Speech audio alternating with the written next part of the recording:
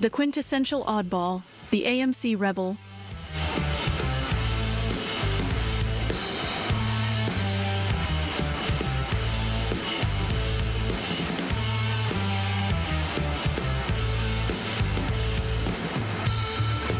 Picture this. It's the late 1960s. The hippie movement is in full swing. Nixon's got his finger hovering ominously close to a big red button, and America's car manufacturers are caught in an arms race to see who can stuff the biggest, baddest V8 into a chassis.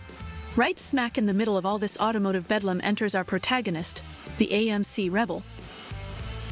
The Rebel looks like the automotive equivalent of a middle-aged accountant who's just discovered leather trousers and a Harley-Davidson.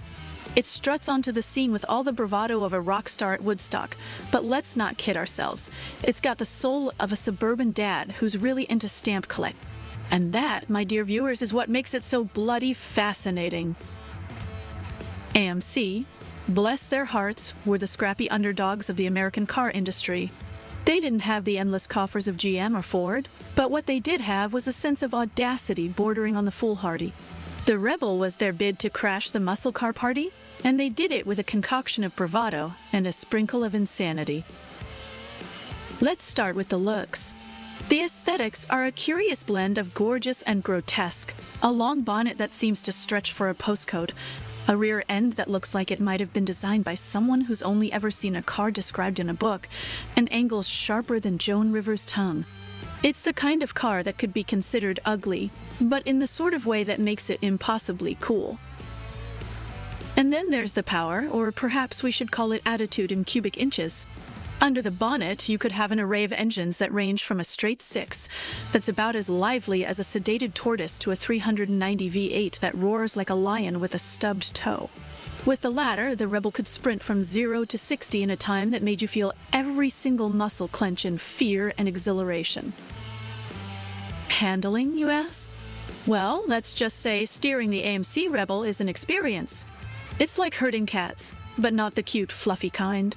More the sort that would rip your face off if you look at them funny. The Rebel takes corners the way a freight train handles tight bends, with a lot of noise and a palpable sense of impending doom. But that's part of the charm. It's not a car that goes around corners, it's a car that challenges them to duels.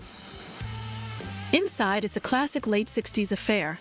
Vinyl seats that could double as bouncy castles, a dashboard littered with switches that likely don't do anything anymore, and an atmosphere that reeks of cigarette smoke and questionable life decisions.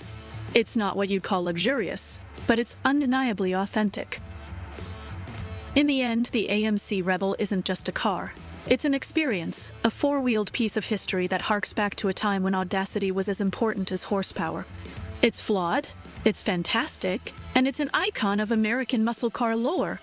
So here's to the Rebel, a car that dared to be different, even if sometimes it felt like it was different just for the sake of it. If you enjoyed this trip down automotive memory lane, don't forget to hit that like button and subscribe to Autoicons. Stick around for more deep dives into the cars that dared to be different. Trust me, you don't want to miss what's coming next.